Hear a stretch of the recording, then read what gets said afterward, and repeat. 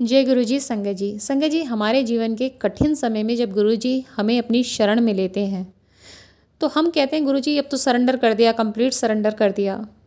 लेकिन सोचा है कभी कि जब आप एक जमे जमाए काम पर होते हैं, लाइफ में बहुत अच्छा कर रहे होते हैं, आपका रुतबा उस काम की वजह से होता है और गुरु जी अचानक से बोले काम छोड़ दे वो वाला, और आप उनसे बिना एक क्वेश्चन किए वो काम छोड़ देते हैं। संगत जी, मेरे मायने में तो ये है कंप्लीट सरेंडर, जहां आपने अपने इफ्स एंड बट्स नहीं लगाए, बस गुरु की एक बात पर इतना बढ़िया काम, इतनी बढ़िया जॉब छोड़ दी।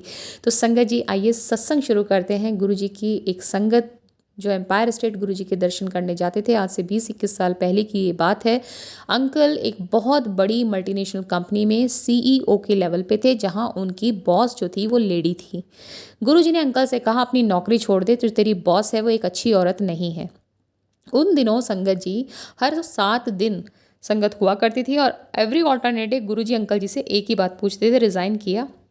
अब अंकल के ऊपर 2 बेटियां हैं, रिस्पॉन्सिबिलिटी में डिपेंडेंट पेरेंट्स हैं, उन्हें लगे कि कोई सिक्योरिटी तो है नहीं, पर उस टाइम नए नए जुड़े थे तो अपने इफ्स एंड बट्स भी लगा रहे थे, थोड़ा सा डर भी था।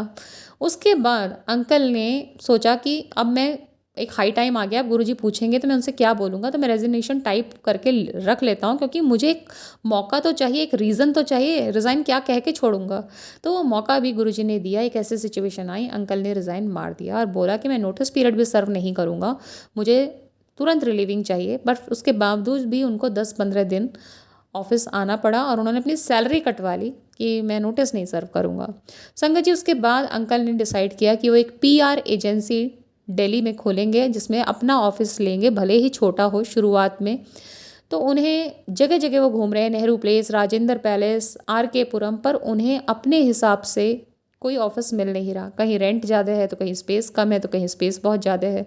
तो संगत जी हार के जब वो गुरुजी के दर्शन के लिए गए तो उन्होंने सिर्फ यही बोला, गुरुजी ऑफिस नहीं मिल रहा है। तो गुरुजी ने कहा कैनॉट प्लेस गया, कैनॉट प्लेस जा, 12 खंबा जा, वहाँ एक दफ्तर है तेरे लिए। अंकल फटाफट अपने प्रॉपर्टी डीलर से कहते हैं कैनॉट प्लेस में 12 खंबा में ट्राई करो, और उसी दिन प्रॉपर्टी डीलर फ़ोन करके बताते हैं ऑफिस है, आप आ जाइए देखने।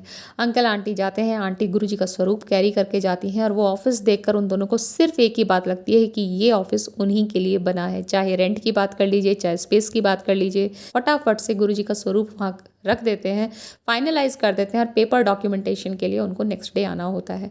शाम को वो दोनों जाते हैं गुरुजी का शुक्राना करने, कहते हैं गुरुजी ऑफिस मिल गया। गुरुजी बड़े खुश होते हैं, कहते हैं गुरुजी तुसी जब आओगे तभी वो स्टार्टअप शुरू करेंगे। गुरुजी कहते हैं ले, ऑफिस की निगरानी के लिए तो तुम गुरु को वहाँ पे रख कर आ गए हो। तो उसके बाद वो कहते हैं गुरुजी हवन पूजा, कहते हैं अरे हो गया हवन, कल से जा और ऑफिस शुरू कर।